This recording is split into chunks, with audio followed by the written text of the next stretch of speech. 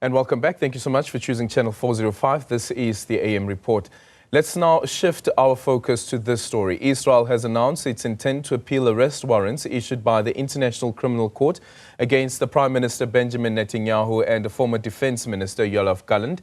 The ICC accuses the two leaders of crimes against humanity and war crimes during Israel's military operations in Gaza following the Hamas October 7th attack. The warrants issued last week have sparked fierce criticism from Netanyahu and other Israeli officials, further intensifying the ongoing international debate over the conflict. Joining us now is Jeenah, who's a senior researcher from the Mapungubwe Institute. Naeem, a very good morning to you. Thank you so much for making time for us. First of all, what do you read into this particular decision, and what processes are involved in appealing an arrest warrant?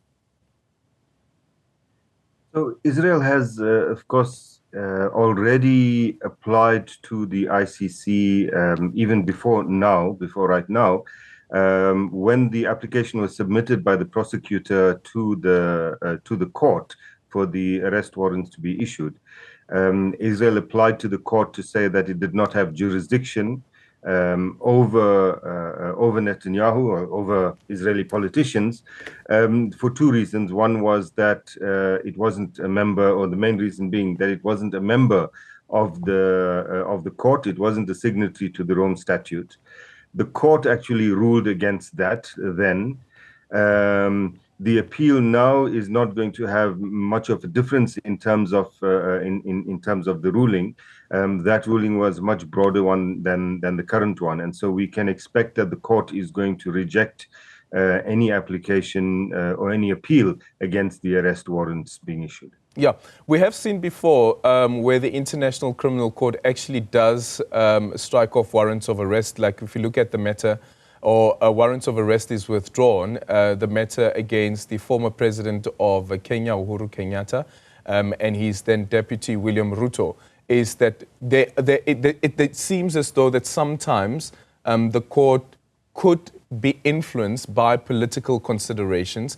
Could that be maybe a case that could be also play out in this particular matter? Yeah, you're correct. I mean, it's not unprecedented, but a big difference here is that the ICC case against Gallant and Netanyahu do not stand on their own. They go in parallel to processes at the ICJ, the International Court of Justice, which is the World Court, the Court of the United Nations, which has already ruled on a number of issues just a couple of months ago regarding Israel's actions and instructing Israel to withdraw from the occupied territories, etc. And then there's the South African case at the ICJ, which is accusing Israel of committing genocide.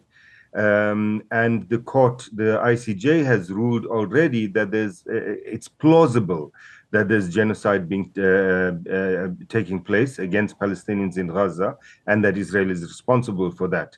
And Gallant and Netanyahu being the heads of the government and the military, who are responsible for something that is plausibly a genocide.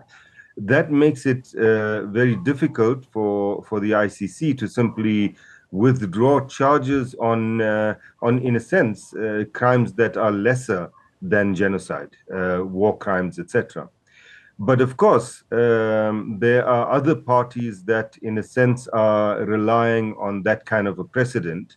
And so, for example, you're seeing the pressure being brought on the court now by Donald Trump, for example, has referred to it as a kangaroo court, has threatened to sanction all the judges once he becomes president of the US next month, in 2 months' time, sanction all the judges and prosecutors, etc., of the court. But even a country like France, who, it was last year, I think, made a very strong statement that even though Russia is not a signatory to the Rome Statute, that if Putin were to land in France, he'd get arrested, is now saying that Netanyahu has immunity because Israel is not a signatory to the Rome Statute. So there is that kind of political pressure being brought to bear on the court. But as I say, the ICJ processes that are running parallel to the ICC ones make it very difficult for the court to maintain any credibility and withdraw the warrants. Yeah, but when that warrant of arrest was issued and the news broke, some European countries also came out, but actually saying that they have a mandate, considering that they are signatories to the Rome Statute, to effect an arrest if Benjamin Netanyahu or Gallant was to arrive in their countries. With this move to seek an appeal against this warrant of arrest, does it mean that for the European nations that have said that they would issue a warrant, that they would effect the arrest, for now they would make the argument that, listen, because there's an appeal that has been made, that is being applied for by Israel, therefore we are going to step back and watch how that is going to unfold before we effect that arrest warrant?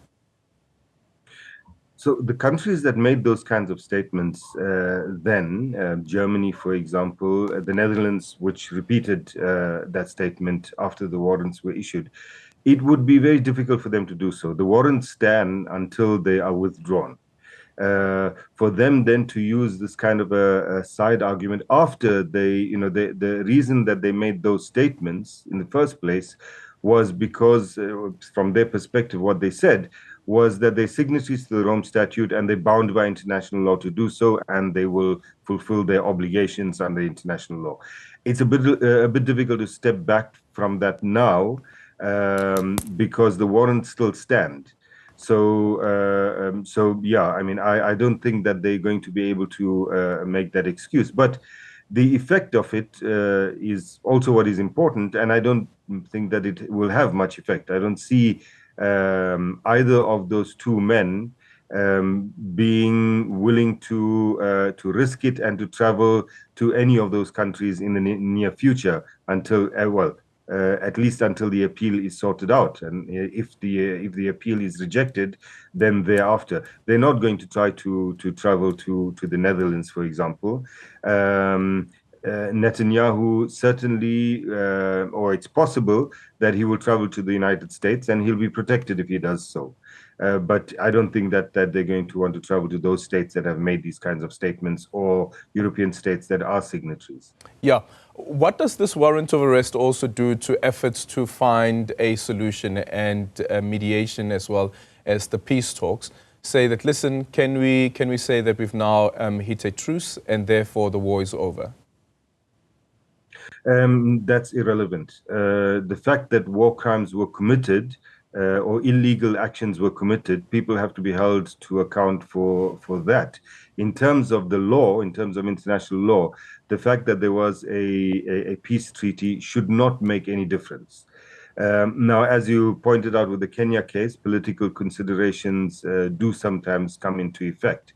But in these cases, the weight of the crimes that have been committed are so massive that it would be very difficult. And again, the fact that let's say there's a truce, a ceasefire next month, the ICJ case around genocide will still continue, and it will continue for the next couple of years, most likely. It would be then, in that context, difficult for the ICC to kind of use political reasons to withdraw the warrants and saying, there's a ceasefire now, and so let's forget about it. While the ICJ case on genocide is continuing, and while we have a death toll that at the moment in Gaza is sitting at around 44,000, more than 44,000. But once the rubble is able to be cleared, etc., it could reach, according to some medical people, like the opinion in the Lancet, it could reach something like 150,000. As those bodies are being recovered and the death toll is going up day by day, it would be very difficult for the ICC to then use the ceasefire as an excuse to withdraw it, and also that the other parties involved, Palestinians, for example, I don't believe that they're going to allow the ICC to simply do that. This past weekend, I was in conversation with Francesca Albanese, who is the United Nations special repertoire on Palestine. And one of the points that she raised in the interview was that it is good that you have these warrants of arrest that are in place, and the expectation is that member states and signatories to the Rome Statute would give effect to that warrant of arrest. But she says more needs to be done. And amongst the more that needs to be done, she believes, is that there should be an arms embargo against selling arms to Israel. Do you think that that's a possibility at all, considering where the arms are being supplied from for Israel? I think, as in the case of South Africa and sanctions against South Africa, the United States will likely, and in our case, the United States and the UK, would likely be the last ones to follow through on that. Other states, it is possible to put pressure on them. I mean, Germany, for example, is the second largest supplier of weaponry to Israel. Yet on the ICC matter, Germany has made a statement that if either of these people would visit, they would get arrested. So the potential is there. I think that pressure from civil society will have to make it happen. Pressure from multilateral organizations like the United Nations. If there were repeated resolutions, for example, in the General Assembly, you won't get a resolution in the Security Council, but in the General Assembly, as was the case with South Africa, if there is a push in the General Assembly to set up a monitoring mechanism, like in the case of South Africa, the Special Committee Against Apartheid, either reviving that or something similar, that would help to name and shame those countries that are aiding genocide, then those things can make a difference. They don't make a difference, of course, in a year or in 2 years. In South Africa's case, it took a few decades. But ultimately they do, and countries, some countries do feel shamed as governments change and new governments come in. I mean, unfortunately, I think that the trend in the United States and in Europe is a right-wing one. But even in the midst of that, you have trends or you have instances that buck that trend. You have leftist governments in some Latin American countries, France elected leftist people, Sri Lanka, etc. So I mean, as the years go on, that can get more effect. Of course, that's small comfort to people who are being bombed right now in Gaza. Yeah, it's such an interesting one, also considering that we have the G20 and South Africa taking over the presidency of the G20. And I wonder what a visit from a Donald Trump in the midst of all of this geopolitics that is playing out would have during a G20 visit. This is, I think, everyone in OR Tambo House in Dirko is asking that question. The way that Trump has dealt with the rest of the world in the last time he was president, and the statements that he's been making now, very parochial, of course, very inward-looking, threatening to apply tariffs on, even Canada, for example, and threatening to sanction judges of the ICC, to pull out of various treaties like the Paris Accord on climate change. I don't think that the G20 features high on his agenda. That doesn't mean he won't come. It means he might come and be a spoiler, as he has been previously. He also doesn't think very much of Africa as a whole, or African countries. So from that perspective, there's a chance that he might decide even not to come.